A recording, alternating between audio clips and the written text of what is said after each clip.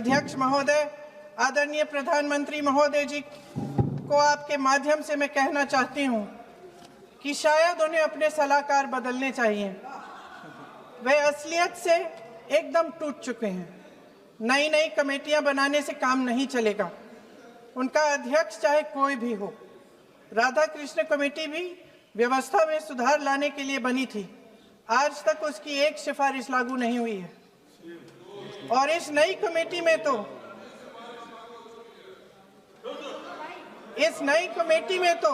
एक x-IB chief, फिर चिल्लाएंगे, एक एक्स-आईबी चीफ, एक आईटी कंपनी के मालिक और एक गौमूत्र के विशेषज्ञ भी हैं।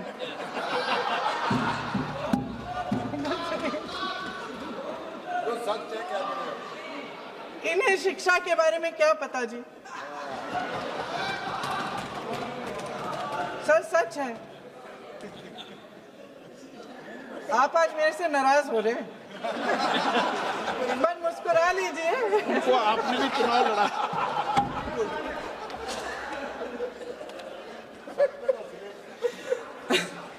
सर, फास्ट ट्रैक कोर्ट्स का रिकॉर्ड पहले से ही बहुत खराब है। वैसे भी कल की सुनवाई में सीबीआई का वकील पेश ही नहीं हुआ। संसद में विपक्ष को दोषी ठहराने से, खोखले राजनीतिक खेल खेलने से काम नहीं चलेगा। आप जेन जी का भरोसा वापस जीतना चाहते हैं तो नए नए एंगल से, अपने फोन से नए नए वीडियो बनाने से नहीं होगा।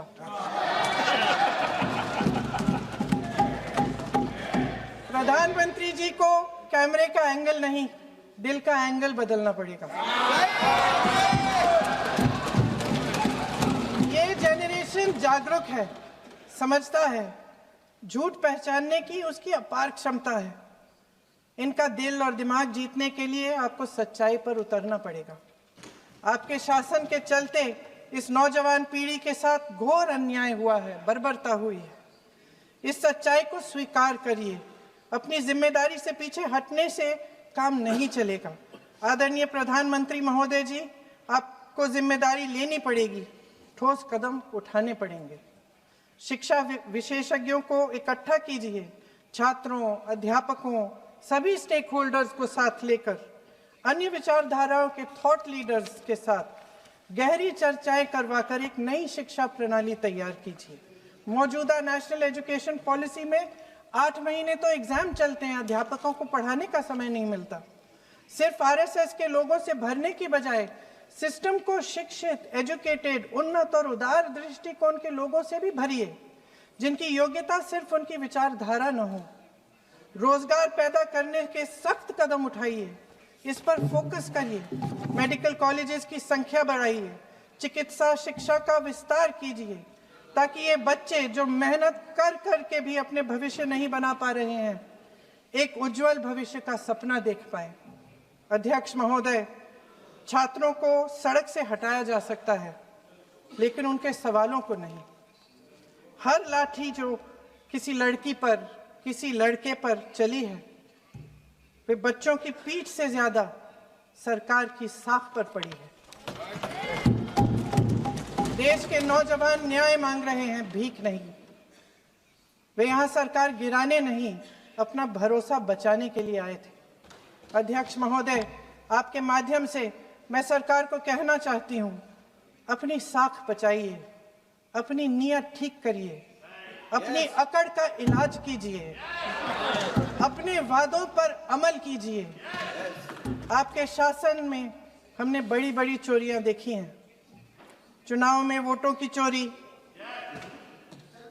राम मंदिर में चंदा की चोरी, आपके उद्योगपति मित्रों द्वारा देश की संपत्ति की चोरी, किसानों की जमीन की चोरी, लेकिन सबसे बड़ी चोरी,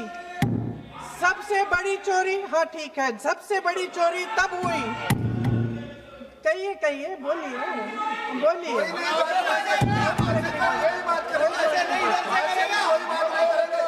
सुन लीजिए, शांति से सुन लीजिए,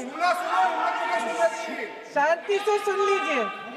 आपको मौका मिलेगा, आप जितनी भी चोरियों की बात करना चाहते हैं आप कर लीजिए। अभी मेरा समय है। सबसे बड़ी चोरी तब हुई जब देश के नौजवानों के भविष्य, उनके सपने चुराए गए। भविष्य की चोरी, सपने की चोरी किसी भी चोरी से कहीं बड़ी होती है महोदय। अगर देश का युवा निराश हो जाए, अगर देश का युवा निराश हो गया, उसकी उम्मीद टूट गई, तो सबसे बड़ी हार भारत की हार होगी। और हम कांग्रेस और विपक्ष के लोग जान दे देंगे, मगर भारत की हार नहीं होने देंगे। जय हिंद। सर, अब तो मुस्कुरा लीजिए, भाषण खत्म। हमारे माननीय गृह मंत्री श्री अमित शाह जी ने यशस्वी प्रधानमंत्री श्री नरेंद्र मोदी जी के नेतृत्व में पूरे देश के सामने संकल्प लिया था, घोषणा की थी कि मार्च 31 2026 तक हम ये जो माओवाद है, ये जो लेफ्टिस्ट वामपंथी टेररिज्म है, इसकी जड़ें जो है देश से उखाड़ फेंकेंगे। और आज इस सभा के द्वारा, इसके माध्यम से मैं हमारे गृह मंत्री जी को, हमारी सरकार को बहुत बहुत शुभकामनाएं देती हूँ। ये संकल्प सिद्ध करने के लिए उनकी बहुत सराहना करती हूँ। अध्यक्ष महोदय, 1967 में ये छोटी सी चिंगारी माओवाद की उठी थी। उस वक्त अगर कांग्रेस सरकार चाहती तो इसको उसी वक्त दबा सकती थी, लेकिन उन्होंने क्या किया, उल्टा उन्होंने आदिवासी लोगों को जो है वो सौतेला ट्रीटमेंट दिया। उनके बीच में जो एक वैचारिक दूरियां थी, उनको कभी भी उन्होंने खत्म नहीं किया।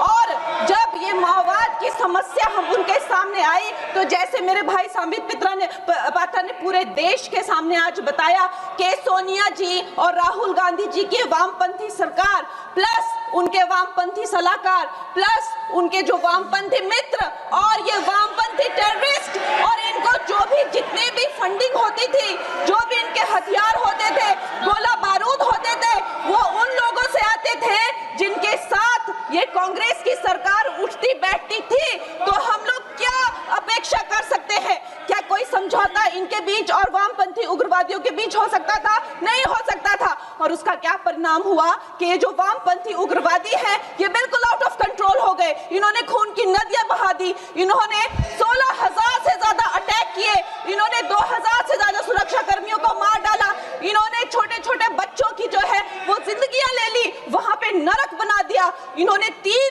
पीढ़ियां ये जो है नक्सलवाद की जो आग में है, जो इन्होंने झोंक दी।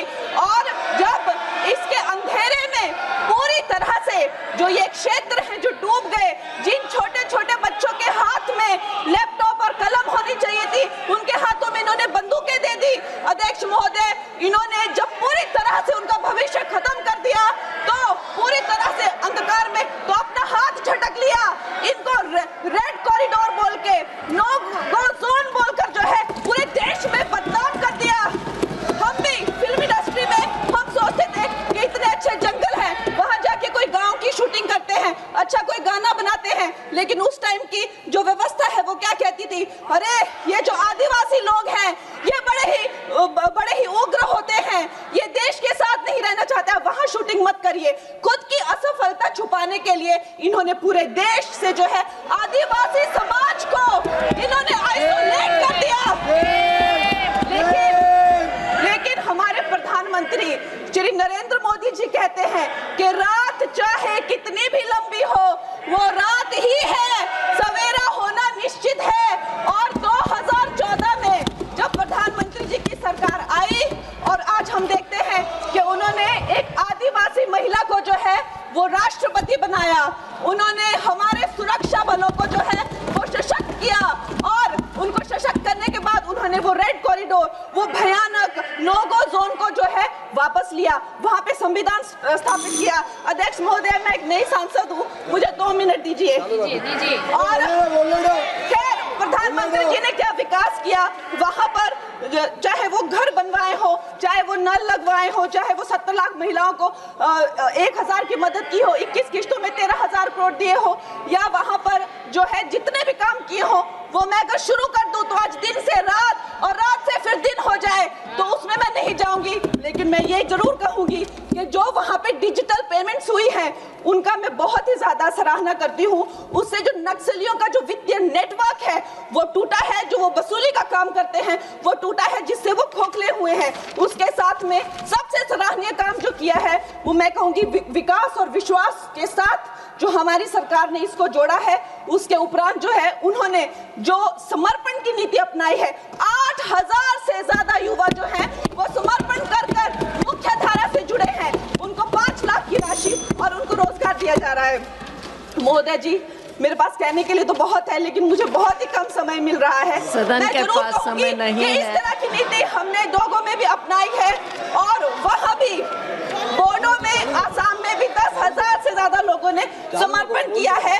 और मैं अंत में अध्यक्ष महोदय जी, मैं यही कहना चाहूंगी कि गृह मंत्री जी ने और प्रधानमंत्री जी ने पूरे देश में यह संदेश दिया है कि ये देश बंदूक की नोक से नहीं चलेगा, ये देश संविधान से चलेगा, ये देश जनता के विश्वास से चलेगा। फिर से मैं अपनी सरकार को बहुत बहुत बधाई देती हूँ। धन्यवाद। श्री हनुमान बेनीवाल।